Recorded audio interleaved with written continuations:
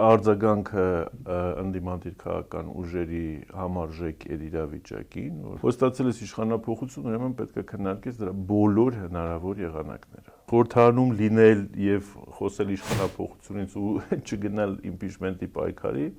ինքնախապեյությունն է։ Մեծամասնությունը էլի կայացրել է սխալ որոշում։ Եթե իհարկե այդ մեծամասնությունը իրականում մեծամասնություն է։ Մանդատները վերցնելու միակ հիմնավորումը կարա լինի այն, եթե խորհրդարական իշխանության թիվ 1 եւ գլխավոր օրակարգը լինի անվստահություն հայտնելու գործընթաց։ Իշխանությունը չի հաղթել այս ընտրություններում,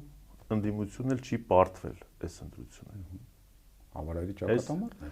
Չէ, հավարերի ճակատամարտը չի։ Բացառում եք, որ կօգտագործի ընդդիմության դիմումը սահմանադրական դատարանին եւ փոխանցումով պասով չի ասի շատ լավ, բավարարեք, անվավեր ճանաչենք, գնանք նոր ընտրությունների եւ դրանցով ստանա իր մեծամասնությունը սահմանադրական։ Չեմ բացառում։ Եթե մեզ համար ավելի կարևոր է պամիդորի ու ծաղիկի արտահանումը եւ պետք է համատենք Արցախի կորուստի հետ, ուրեմն մենք իրավունք չունենք պետություն ունենալու։ Փողոցային պայքար սկսել է երբեք էլ ուշ չի։ Մենք չունենք ուրիշ սահմանադրական դատարան։ ՍԴ-ն իր որևէ որոշումով լեգիտիմացնում է հետագա քայլերը ընդդիմությանը։ Իհարկե։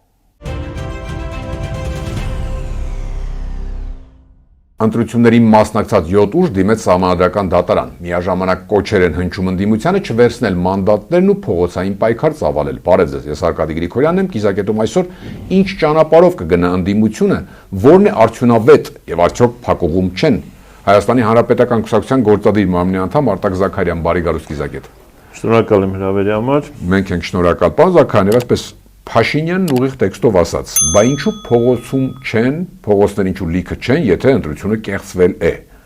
Արդյոք որքան էլ տարօրինակ հնչի գոնե ձեր համար։ Արդյոք ճիշտ չէ այս պնդումը։ Անցել է 2 շաբաթ, բայց հասարակության ամենակարևորը խորհրդարան անցած ընդդիմության արձագանքից որևէ կերպ չի զգացվում, որ կեղծված ընտրությունների հետ գործ ունենք։ Ինչու է այսպես։ Չէ, ասի, որ խորհրդարանական ընդդիմության կամ ընդհանրապես ընդդիմության արձագանքից չի զգացվում, որ գործ ունեն կեղծված, ավելի շուտ աղավաղված եւ ամբողջությամբ իր տրամաբանությունից շեղված ընտրությունների հետ։ Համարժեք է։ Համարժեք է իր գործողությունները կեցված։ Առումով եկեք միշտ ապեք, որովհետեւ դեռ ընդդիմությունը այսպես գործընթացի մեջ է բողոքարկման եւ իրավական առումով ամբողջությամբ չի սպառել իր գործիքակազմը եւ ճիշտ չէ լինի իրավական գործիքակազմը մի կողմ թողած զբաղվեին քաղաքական կամ բողոքի բնացած եղանակներով էլի օրենքով թույլատրելի այնուամենայնիվ այս գործընթացը սպասվող գործընթաց է եւ բնականաբար կարծում եմ ընդրությանը մասնակցող բոլոր ընդդիմադիր կուսակցությունները չէին բացառել երբեք իշխանության նման վարկաբանությունը ընտրությունների վերաբերյալ եւ բնականաբար նաեւ պլանավորել էին ընդրահետադրական գործընթացում իրավական գործիքակազմ կիրառելու։ Ձեր հարցին ամփոփ պատասխանելով համարժեք է կարծում եմ այս փուլի համար այնքանով որքանով որ բոլոր քաղաքական ուժերի հայտարարություններն էլ միանման են, համահունչ են, իրավիճակի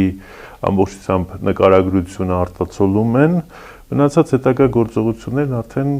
կախված կլինի, թե ընդդիմադիր քաղաքական ուժերը ինչ ընդհանուր օրակարգեր կարող են ձևավորել։ Փաշինյանին մեջ բերեցի ճիշտ է այս առումով, բայց կանև ընդդիմադիր գործիչներ, հասարակության մի հատված մարդիկ, որոնք ասում են, գիտեք, նախկին իշխանությունների ժամանակ, օրինակ, երբ որ ընդդիմությունը մտածել է, որ կեղծված են, հենց այդ գիշեր, էլ չեն սպասել, կարող է հետո ՍԴ-ել ընդդիմել, խնդիր չի։ Միանգամից պորտքում է եղել, փողոցներ, այո, էլի օրենքով թույլատրված, բնականաբար սահմանադրական իրավունք է, ոչ մեկ կոչ չի անում։ Այս առումով ինչու այդպես չեղավ։ Երկու շաբաթ նորից ասեմ, արձագանքը ընդդիմադիր քաղաքական ուժերի համարժեք էր իրավիճակին, որովհետև նախ ամբողջությամբ պետք է հասկանալ, մենք չենք մասնակցել մի քիչ այսպես մեր համար հեշտ է ընդհանուր դատողություններ անել, բայց այս ընթացքում ամբողջությամբ վերլուծելով իրավիճակը գրեթե բոլորի մոտ նույն տպավորություններն են, նույն խախտումների նկատմամբ ունեցած վերաբերմունքն է, իշխանության կողմից վարչական ռեսուրսի չարաշահման, ընդ որում այնց լավ տեղին չարաշահման բանն է, գործողություններն են եւ բնականաբար Սահմանադրական դատարան դիմելու համար պետք է կարողանային նաեւ պատրաստվել այդ ամբողջ այդ փաստավակ աշխատանքն իրականացնել։ Կարծում եմ, որ գործընթացները այսպես 1-2 օրվա լուսանցքի մեջ չի, որ պետք է տեղավորվել, գործընթացները շարունակական են լինելու, ենթադրում եմ, դատելով ընդդիմության միասնական մոտեցումից։ Այսօր շատ կարևոր է հասկանալ, թե ընդդիմության հետագա գործունեությունը ծավալվելու է խորհրդան եւ խորհրդանից դուրս ամբողջականության մեջ, թե ամբողջությամբ խորհրդանից դուրս գործողություններ ենք մենք ունենալու։ Սրանք բոլորը կայացվելիք որոշումներից բխող հետագա սցենարներ եւ զարգացումներ են ենթադրում։ Այսինքն, եթե ենթադրվեց, որ գնալու են խորհրդարան եւ խորհրդանում եւ նրանից դուրս պայքարն լինելու ընդդիմադիր ուժերի հետագա գործողությունների տրամաբանությունը, դա այլ բան է ենթադրում, այլ գործողություններ եւ այլ օրակարգեր։ Խորհրդանից դուրսը բնականաբար այլ օրակարգ էր, ավելի շատ ձեր հարցադրմանը համահունչ։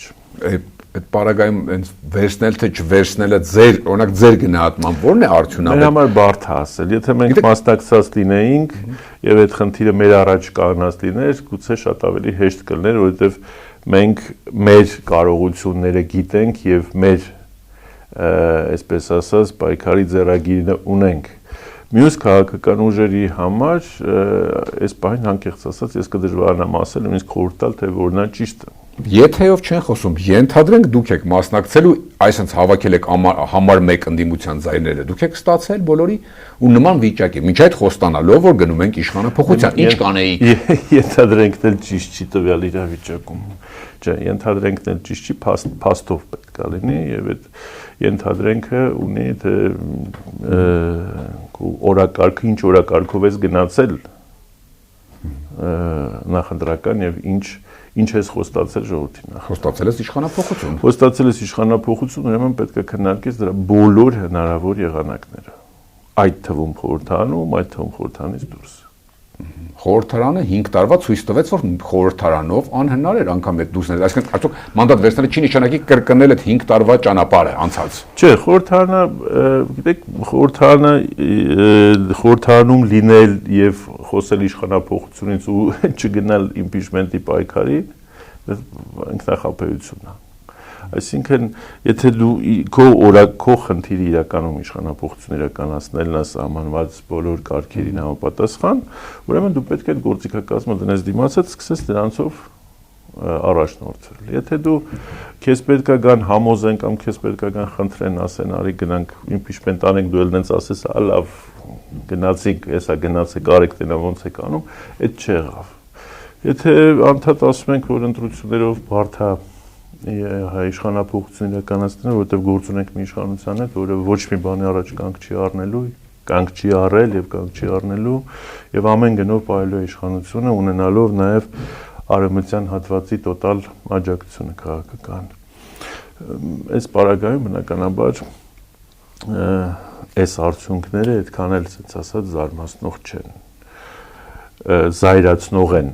բայց զարմացնող չեն։ Այսպես չպետք է լիներ, որովհետև սա մեր ընտրությունը երկրի համար այո, էլի ճակատագրական ընտրություն է։ Այնպես չի, որ ընտրություններից առաջ ասում ենք ճակատագրական է, ընտրությունները հեղափոխած ասում ենք դե լավ հերթական ընտրություններ։ Ոչ, սա ճակատագրական ընտրություն է եւ ես վախենամ, որ այս ընտրությունը մեր ժողովրդի համար էլի հերթական ճակատագրական սխալ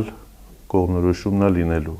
Սխալ գուցե յուրաքանչյուր ընտրող իր կարծիքով ճիշտ ընտրություն է կատարել, հավաքական իմաստով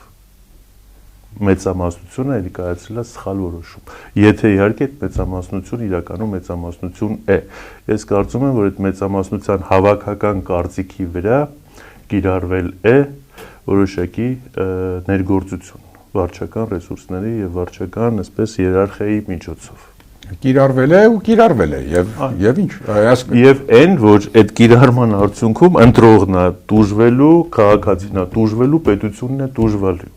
Ընդդիմության գործառույթը պետք է լինի հավասարակշռությունների եւ զսպումների մեխանիզմն ապահովել, որպեսզի դա կարողանա անի, ընդդիմությունը պետք է լինի միասնական, հավաքական։ եթե Գյումրիում հնարավոր է այտենց մանով, այսպես ասած, ամեն մեկը մի ճանապարհով գնա վերջում միավորվեն եւ հավասար հակակշիռ դառնան, հակակշռություն ապահովեն, այս բարագայում դա հնարավոր չի։ Ճանապարհը կամ համախմբված ընդդիմություն, միասնական ճակատ, միասնական պայքար կամ խորհրդարան է ճանապարհն էլ դա միակ ճանապարհը impeachment-ն է։ Պարզա նորից մնում է ուժի մեջ Նիկոլ Փաշինյանը ինքն իրանով հրաժարական չի տալու եւ ուրիշ, այսպես ասած, պատճառ հրաժարական տալու չունի, այնպես չի որ նստելու է գիշերը մտածի ասի վայ ամոթ ինձ ինչ եղավ Ղարաբաղը տվեցի ամոթա գոնե բան անեմ էլի ժողովրդի առաջ այսպես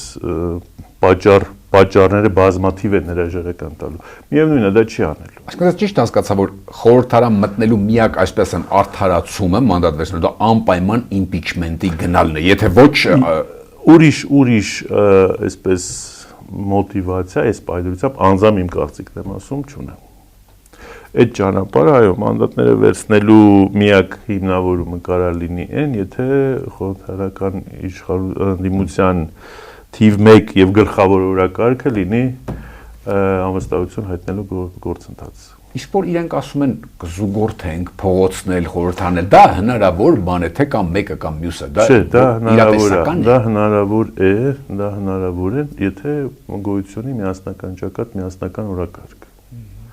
Այն ընդդիմությունը, որի մեջ, չգիտեմ, առավոտը մեկը զարթում է ու խելքին ինչ է փչում կամ ով է գլխին քացի տվել գնում է մյուս ընդդիմադիրին ինչ որ բան է, այսպես ասած ասում կամ չգիտեմ, ասում է այսպես փորձում է ինչ որ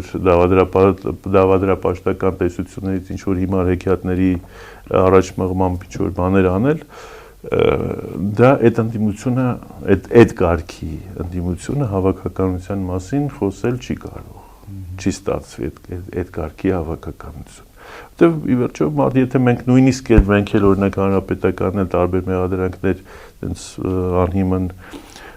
մերկապարանոց շատ են եղել, երբեմն պատարձագանքել ենք, շատ դեպքերում չենք արձագանքել, մեր համար ի՞նչն է խնդիրը, հասարակությունը նայում է դրանք։ Մենք մեզ չեն վերաբերում, նրանք հասարակության համար ասվող բաները եւ եթե այդքանից հետո հասարակությունը ասում է դե այս անդիմությունը դրա համար էլ մենք ասում ենք ընդդիմադիր որոշ շրջանակներ ավելի շատ Նիկոլին են օգտակար լինում, քան ընդհանուր գործին։ Ընդդիմությունը կհաջողվի, մենք ընտրություններից առաջել ենք ասել, հիմա էլ ենք ասում, նրանց հետել ենք միասնական ճակատով, մեկ օրակարգով առաջ գնալու պարագայում։ Տեղ արդեն մնացածը մանդատը կվերցնեն, չեն վերցնի, այսօր կգնան, մյուս օրը չեն գնա, այսպես կլինի կամ այնպես կլինի, դրանք արդեն տակտիկական եւ այսպես տեխնիկական կողմ է։ Եթե կա միասնական օրակարգ, կա քաղաքական կամք միասին բոլորի համախմբամբ գնալու առաջ եւ պահելով համակեցության նորմերը ամբողջ էներգիան եւ գործունեությունն ուղղելու մեկ նպատակի վրա, քաղաքական էներգիայի մասին է խոսքը։ Քաղաքական միտքը ուղղել մեկ նպատակի վրա, վստահեցնում եմ շատ երկար չի սպասեցնի իրան նպատակի իրագործումը։ Իսկ եթե հնդածս նաև էս կողքից, աչից, ծախից, հարվածն է, տակից ինչ-որ բաներ, դա ի վնաս Հայաստանի Հանրապետություն։ Կա այդ կամքը, պարոն Զաքարյանյան, որքանով է կա այդ ձեր ասած կամքը եւ որքանով է իրատեսական այս համատեքստում Սամվել Կարապետյանի կոչը, ընդդիմության միավորման մասին, ուշացած ու ժամանակավարակ չէ արդյոք։ Չէ, ես կարծում եմ, որ սա հետընտրական զարգացումների տրամաբանությունն է արտացոլում։ Իհարկե կլինի արդեն կոնկրետ նաև առաջարկ եւ կոչ եւ առաջարկվող օրակարգ մեկ քննարկումների արդյունքում նաև հանրապետականն էլ համապատասխան արձագանքով հանդես կգա։ Դեռ չունեք արձագանք որոշում Չէ, որովհետեւ դեռ չունենք կոնցեպտը, հա։ Այսինքն այդ համախմբման կոնցեպտը մենք կարող ենք մեր պատկերացում ունենք, բայց ուժեղ Հայաստանի մեր գործընկերները դեռ այսպես կոնցեպտուալ առաջարկ մենք կոնկրետ այս պահի դրությամբ դեռ չունենք, բնականաբար ակնկալում է որ կունենանք եւ ըստ այդմ արդեն կգնանք առաջ։ Բայց որ համախմբումը անհրաժեշտ եւ կարեւոր մաթեմատիկայի լեզվով ասեմ, անհրաժեշտ եւ բավարար պայման է այսօր ընդդիմության համար, դա կարեւոր է։ Գիտեք, Այսպես եթե բանաձևված ասեմ ներողություն, իշխանությունը չի հաղթել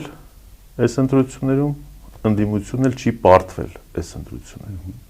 Հավարարի ճակատամարտն է։ Չէ, հավարարի ճակատամարտը չի։ Ինձ հայտնի միակ անորոշ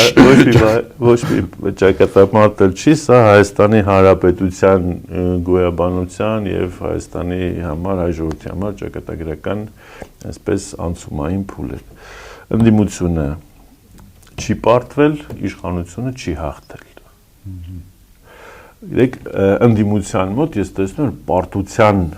զգացողություն չկա, ընդհակառակը ձեռք չբերված հաղթանակի զգացողություն կա կամ կորսված հաղթանակի զգացողություն կա։ Եվ հասարակության մոտ էլ է տրամաբանություն, մարդիկ իրար հարցնում են, ինչի՞ սենց եղավ։ Ոնց որ թե պետք է սենց չլիներ։ Ոնց որ թե տրամադրությունն այդպես ինչ էր, ինչ եղավ։ Իսկ իշխանության մոտ այդ հաղթանակի են, տեսակ, տենց էլ պտիլներ, ինչ պտիլներ, այս տրամադրությունն էլ չկա։ Իրանք էլ են հասկանում, որ այս մի, այսպես ասած, ճակերտա, որ հաղթանակը, որը հաղթանակ չի, մեծ հաշվով իրանց բավարար ուժ լեգիտիմություն սոցիալ-հոգեբանական կատեգորիա է, լեգալությանը չխառնենք, լեգիտիմություն, այսինքն բավարար վստահություն այն կարևորագույն առանցքային ֆունդամենտալ խնդիրները, ինչ որ Ադրբեջանն ա դրել կամ Արևմուտքն ա դրում կամ մյուս տեղերից են դրում, գուցե նաև Ռուսաստանն ա խնդիրներ դնելու, այս դա իրականացնել, այս իշխանությունների մոտ իրանք հասկանում որ չի ստացվելու։ Իսկ պետական մեքենան շնչի միայն ռեպրեսիայով, այդ նույն մարդն է, որ ասենք այս մարդը, նույն համեմատությունը, որ ասենք ինչ որ X մարդ արդեն 8 տարի է ապրում արհեստական շնչառությամբ։ Ռեպրեսիան վարչական, այսպես ասած, հսկողությունը ոստիկանների միջոցով, քրեական համակարգի միջոցով, դա նշանակում է, որ այս համակարգը ապրում է արհեստական շնչառությամբ։ Այսինքն բնական օրակարգ, բնական ասելիք, բնական ընկալում հասարակության մոտից չկա։ Եթե ասենք դու ուզում ես այս ինչ բանն անես եւ մարդը կամ չի հասկանում կամ չի ընդունում կամ չի ընկալում քո ասած եւ դու իրան ճնշելով քրեա իրավական կամ ոստիկանական կամ դատաիրավական համակարգով ես դա անում վախացնելով բանով, դա նշանակում է որ դու այդ լեգիտիմությունը արդեն չունես։ Ան իշխանություն ունի B-ի նկատմամբ, եթե B-ն ընդունում է A-ի իշխանությունը։ Հիմա հետևաբար այդ լեգիտիմության այդ բանաձևը այս իշխանությունների մոտ արդեն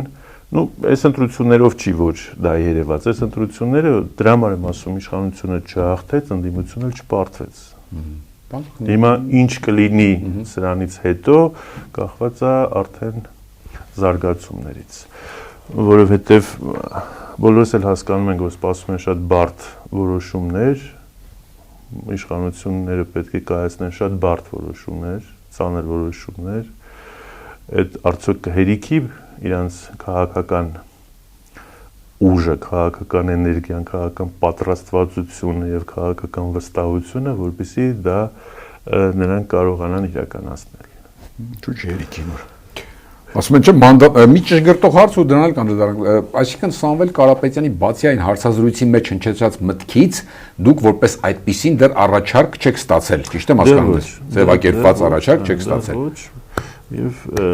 միտքը ինքը ամբողջությամբ հասկանալի է, ընկալելի է, իրավիճակին համահունչ է եւ կարեւոր է, բայց բովանդակության մասով բնականաբար պետք է լինեն արդեն ձևավորված կոնցեպտուալ առաջարկներ, խնդիրներ եւ դրա շուրջ մենք արդեն ունենանք նաեւ մեր ասած ներդրումը, մասնակցությունը կամ մեր առաջարկությունները։ Ասում եք իշխանությունը լուրջ որոշումներ բնականաբար առաջին սահմանության թեման նկատի ունեք։ Մեկ առաջին արևմուտք, այսպես ԵԱՏՄ, ԵՄ այս Ջրբաժանի, եթե իհարկե իրականում դա Ջրբաժան կարելի է կոչել, եւ ընդհանրապես հարավ Կովկաս եւ Մերձավոր Արևելք տեղի ունեցող զարգացումների ֆոնի վրա եւ այս ազդեցության գոտիների կոմունիկացիաների տարբեր տեսակի բավականին բարդ զարգացումներ է սպասում։ Եթե նույնիսկ ասենք իշխանափոխություն էլ եղած լիներ, մեր երկրում։ Միևնույն է, այդ բարդ որոշումները պետք է կայացներ, բայց այս իշխանության պարագայում, այս իշխանության վրա նստում են ամենածանր ու ամենապատմականորեն, ամենապարսավելի, ասենց ասած, քննադատելի, ամենադավադիր գործընթացներ, Արցախի հանձնում, Արցախահայաթափում, տարբեր տեսակի ազգային խնդիրներից ուրացում, ապազգային օրակարգերի վերացում, Ադրբեջանի եւ Թուրքիայի ենթակա քաղաքականության իրականացում ներսում, բռնաճնշումներ, քաղբանտարկյալներ, ներքին եւ արտաքին կառավարման իրականացման համար ուժային ռեսուրսների կիրառման ահռելի, այսպես ասած, օրինակներ, ժողովրդավարության տրորում եւ աշխարհաքաղաքական պայքարի այսպես ցցուն ցայտուն արտահայտություն։ Համար մեկը պարզական սահմանադրական փոփոխություններ։ Ինչպես կանի ձեր կարծիքով ինչ մեխանիզմ կան։ Օրինակ ասում անդիմությունը մանդատները վերցնի գնա, մտնի։ Այդտեղ ռիսկ կառաջանա, որ մարդ կներգրավենք ընչերի քող падգամավորներին կբերեն։ Մի մեխանիզմ այդպես են օրինակ նշում։ Էլի ինչ ձեր կարծիքով ինչ կանի։ Հիմա նորից եմ ասում, մեր խմբակցության падգամավորները չեն, մեր կուսակցության եւ ես իրավունք չունեմ ուրիշ կուսակցության падգամավորի նկատմամբ այսպես կանխավ բանաներ։ Չէ, ասում Փաշինյանը ինչ կանի։ Դե ինչ կարանի, այդ մի տարբերակ, բայց այդ տարբերակը ես չեմ կարծում, որ այս երկու խմբակցությունների պարագայում կարող իրականություն դառնա։ Ինձ թվում է կարող են նաև 300,000 ստորագրություն հավաքելու տա ճանապարհով էլ գնան կամ ընդհանուր առմամբ ասեն դե չի ստացվում, հետեւաբար հանրաքվե չենք անում։ Այսինքն մի քանի անգամ փորձեն, չստացվի, ինքն էլ էլի վեր կենա անդիմությանն ասի, այ դուք պատերազմ եք ուզում, բան ես կոմենկով, բայց իրականում բոլորն էլ հասկանում են, պատերազմը եթե լինի, ոչ Նիկոլինը հարցնելու, ոչ էլ բանին, այսինքն ոչ հանրաքվեի արդյունքներից է կախված, ոչ Նիկոլի ընտրվել չընտրվելու արդյունքներից է կախված, եթե դա լինի, դա կախված է լինելու արդեն աշխարհաքաղաքական բոլորովին այլ կոմպոնենտներից։ Բացառում եք, որ կօգտագործի ընդդիմության դիմումը սահմանադրական դատարանին եւ փոխանցումով, պասով չի ասի, շատ լավ, բավարարեք, անվավեր ճանաչենք, գնանք նոր ընտրությունների եւ դրանով ստանա իր մեծամասնությունը սահմանադրական։ Չեմ բացառում այս բայդրությամբ, դա եւս կարա տեղի ունենա։ Դա իհարկե իրանց համար շատ ռիսկային է, որտեղ նորից եմ ասում, իրանք չեն հաղթել, ընդդիմությունն էլ չի պարտվել։ Եվ ով է վերջնական հաղթել, կարա նաև այդ ժամանակ լինի։ Այո, դա չի բացառում, որ ինքը գնա, որովհետև արդեն իսկ գործարկված վարչական ռեսուրսի տոտալ գործարկված մեխանիզմը արդեն ունեն։ Կարող են երկրորդ անգամ էլ այդ նույնիսկ փորձարկված երկրորդ անգամ արդեն կարող են այդ նույն բանը ավելի հաջողությամբ անել, ճակերտավոր հաջողությամբ։ Բայց դա իր մեջ իհարկե մեծ ռիսկեր է պարունակում։ Դրա հավանականությունը շատ է կամ թե քիչ։ Քիչ է, բայց հավանական։ Իմ կարծիքով, սա իմ կարծիքն է։ Իմ կարծում եմ, որ փորձի ինչ-որ տենց բալանսավորված բան անել, քաղաքականություն անել։ Լավ, եթե սահմանադրական դատանին եկան նույն ընդդիմությունը ինչու բալանսավորված, որտեղ ինքը հասկացա բալանսավորված ում միջև ինչ նկատի ունեք։ Ընդդիմություն, իշխանություն, այսինքն չսրելու ճանապարհով գնան, ինչու որտեղ ինքը հասկանում որ հանրային աջակցություն այլևս չունի։ Ինքը գնում է ժողովրդին դեռ մի քանի հոգի ասում են, բա ինչի նախկիները նստած չեն, հեսա գնում են բոլորի նորից ձերբակալ են, նույն բան ասել է 21 թվի, նույն բան ասել է 22 թվի, նույն բանը 23, հեսա գնում են բան, բայց դա հանրային պահանջ չի, դա հանրային օրակարգ չի։ Ես չեմ հավատում, որ ասենք մեր երկրում կա, ասենք 30% մարդ, որի երազանքն է, որ որոշ մեր քաղաքական գործիչներ բան պետք է ազատության մեջ չլինեն, այսինքն չի կարա այդ պետությունը չի կարա զարգացում եւ ապագա ունենա, որտեղ դա քաղաքական գլխավոր խնդիր է, այս բարդ իրավիճակում։ Դա կարա միջանձնային իշխանական կամ ներիշխանական կամ իշխանություն ընդդիմություն հարաբերությունների խնդիր լինի, բայց դա չի կարա դառնա հանրային օրակարգ։ Հիմա ինքը ուրիշ հանրային օրակարգ չունի եւ փորձում է տենց արհեստական օրակարգեր ձևավորելով ինչ որ բան պահել, բայց ինքը հասկանում է այդ կարևորագույն որոշումները կայացնելու համար իրան ինչքան էլ վարչական մեխանիզմը լինի, ինչքան էլ տոտալ վախի կամ չգիտեմ այլ մեթոդներ օգտագործի, բայց գոնե որոշակի բազա հանրային աջակցության իրան պետք է լինելու։ Եվ դրա վստահությունը ինքը չունի, դրա համար եմ կարծում, որ ավելի շատ փորձելու է հավասարակշռված ձևով տանի զարգացումները, որպեսզի կարողանա իր իշխանության համար, իր կառավարության համար քիչ թե շատ ընդունելի դիմագիծ ձևավորի։ Եւ ընդդիմության մոտ, եւ հասարակության մոտ, եւ արտաքին աշխարհում։ Այսինքն ավելի փափուկ լինեն, քան 21-ից 26-ին էին։ Մի օր նույն Եվրոպան կարող ասի լավ, հասկացանք, քեզ այսքան կարտ բլանշ տվեցինք, այսքան կանաչ լույսեր վառեցինք, բայց դու ոնց որ բոլոր տեսակի համը հանել ես, մենք քեզ կարտ բլանշ տվեցինք, որ դու հակառուսականությունը խորացնես, Ռուսաստանի դեմ դուրս գաս ու ընդհանուր ասենք երկիրը հանես տարածաշրջանել Ռուսաստանի տակից դնես մեր տակ կամ Թուրքիայի տակ, դու ոչ այն ես անում, զուգահեռել ընդդիմությանը, ինչ ասես, բոլոր ռեպրեսիաները կիրառեցիր կամ ամեն ինչ արեցիր, այսինքն չարաշահեցիր քեզ տված գործիքակազմը, բայց անարդյունք, ոչ մի արդյունք չստացար։ Այս խնդիր, այս դիլեմայի առաջ ենք կանած։ Նույն կերպ Ռուսաստանի աչքերով եկեք նայենք, ասում են, ասի գնում ես Եվրոպա, գնա, բայց մեր հաշվին մի գնա Եվրոպա։ Չես կարող գաս ստեղ հարստանաս, տեղից փող աշխատես, բայց գնաս Եվրոպա։ Իդեպ Պուտինը միջև չի շնորհավորել, պաշտոնական արդյունքներն էլ եղան, սա այդքան կարևոր է շնորհավորել, չշնորհավորել եւ ինչ է նշանակում։ Հայաստանի պրակտիկայի համար այո կարևոր է եղել։ Ու Չինաստանն էլ ոնց որ թե չի շնորհավորել, բայց դա իհարկե նշանակում է։ Դա չենք կարող ասենք, որ դա սիմվոլիկ նշանակություն։ Ոչ, սիմվոլիկ նշանակություն դա չունի, դա նշանակում է, որ այն քաղաքականությունը, որը որ ակնկալվում էր կամ որը որ գուցե ժամանակին Փաշինյանի կառավարությանը տեղել են պայմանավորվածություններ կամ այն իրավիճակը, որտեղ որ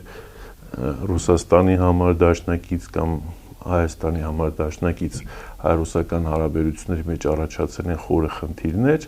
եւ այդ խորը խնդիրների բարագայում էլ նույն այդ հակառուսականությունը դրսևորվում է նաև իշխանության Քարոզ Արշավի բարագայում։ Դրանից հետո էլ առաջանում է ընդդիմության կողմից ընտրական արդյունքների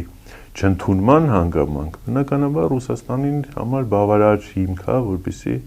այս քաղաքականությունը իրականացնի։ Եթե ԿՊ-ն հավաքեր 99.9% ձայն, մեկը Եվրոպան շնորհավորել էր, ճիշտ է, ինձ թվում է մենք չենք հասկացում։ Եթե բոլոր ընդդիմադիրներն էլ բանտերում նստածել էին, կեսն էլ զոհվածել էին ընտրությունների ժամանակ, մեկը Եվրոպան շնորհավորել էր, ճիշտ է։ Քաղաքականությունը։ Հիմա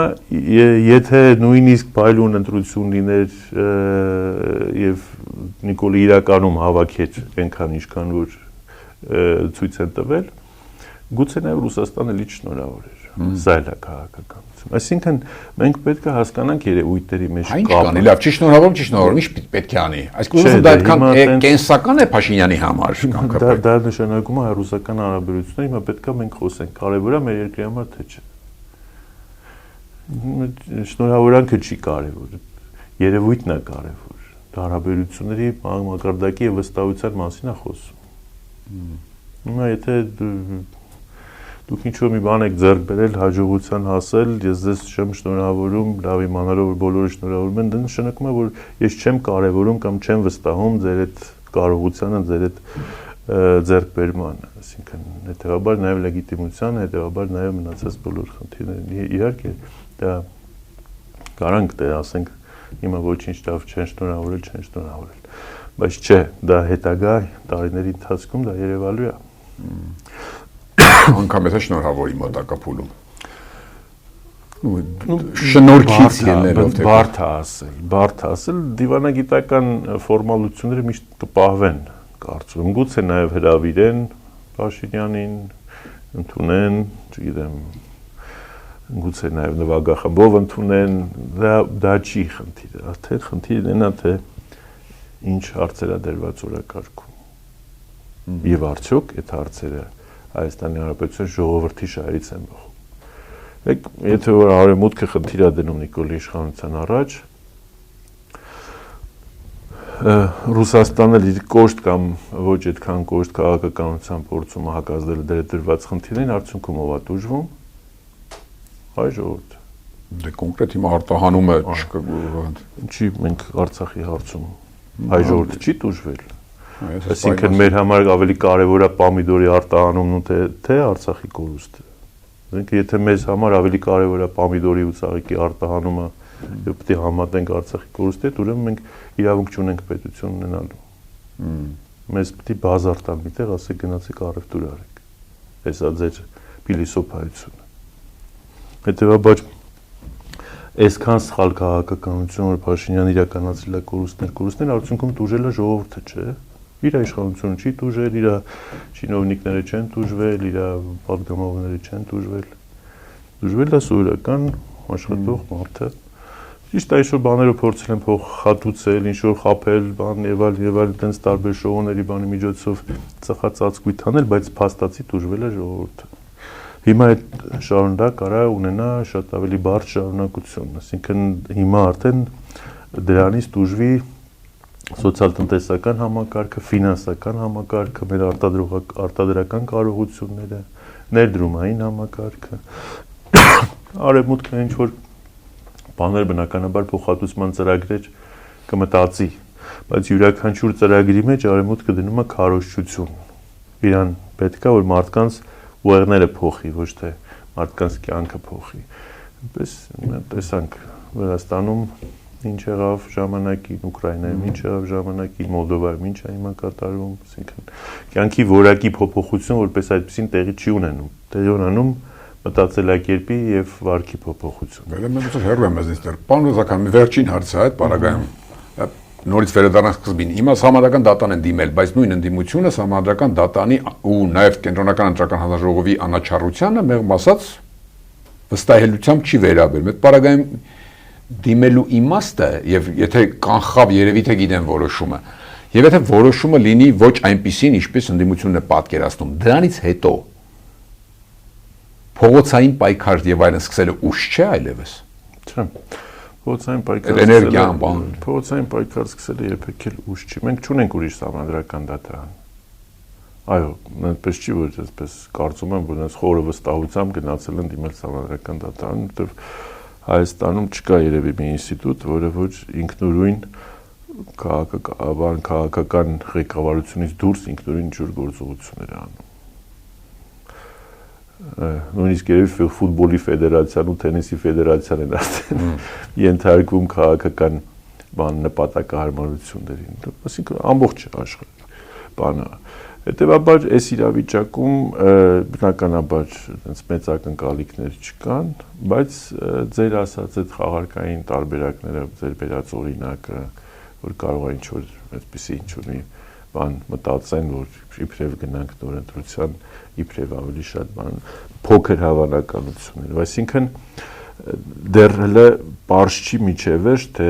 ինչպիսի որոշում կարա կայացնի համանդրական դատարանը։ Բայց դներ չի պարոն Զաքարյան դա։ Բայց մի բան պարզ է, 7 քաղաքական ուժ չեն ընդունում եւ վիճարկում են արդյունքը։ Սա ինքնին ցուցիչ է, սա ինքը տակ արդեն քաղաքական բանա որոշումը եւ լեգիտիմացնում է հետագա գործողությունները։ Եթե 7 քաղաքական ուժ գնում ասում է չեմ ընդունում այս հիմնավորումները, համանդրական դատարանն ասում է չէ, պարտավոր եք գնալ ընդունել կամ էսա որոշումը կան ճիշտ է որոշել։ Դրանից հետո արդեն ընդդիմության քաղաքական գործողությունները, այդ թվում նաև փողոցում ամբողջությամբ լեգիտիմ են եւ հիմնավորված։ Դուք այդ կերպ եք մոտենում ընդդիմության որոշմանը։ Դա է։ Սա իր որևէ որոշումով լեգիտիմացնում է հետագա քայլեր ընդդիմությանը։ Իհարկե։ Իհարկե, այսինքն ես ասում եմ հիմքերը բերել եմ եւ ասում եմ այսպես մեկ մենակ չեմ, մյուսները այնպես չի որ բոլորն ընդունում են, ես մենակ կամակորություն եմ անում։ Այսինքն 7-ի պարագայում էլ դա նշանակում է որ ընտրական արդյունքների վրա էական ազդեցություն է եղել։ Բոլոր որոշումները, չէ, այդ թվում փողոց դուրս գալու, ճիշտ հասկացած ես։ Լեգիտիմացում է բոլոր քայլերը հետագայում։ Այո, հետագայում ժողովրդին ասում է ժողովրդի պետության մեջ չկա մի ինստիտուտ, որը օրինականության կամ իրավական ճանապարհով քո ձայներին կամ քո ընտրական վարկաբանությանը տերականում։ Հետևաբար մենք պետք է ուժերը միավորենք եւ պայքարի մյուս ճանապարհներով, իհարկե օրենքով սահմանված կարգով ճանապարհներով։ Ով ասում որ հանրահավաքներ օրենքով նախատեսված ճանապարհ չէ։ Շատ շնորհակալ եմ։ Շնորհակալ։ Հիշեցնեմ կիզակետում այսօր Հայաստանի Հանրապետական Կուսակցության գործադիր մարմնի անդամ Արտակ Զաքարյանն էր, կիզակետի թողարկումներն ուշադրել տեսանյութեր դիտելու համար առաջարկում եմ բաժանորդագրվել մեր YouTube-յան ալիքին։ Կհանդիպենք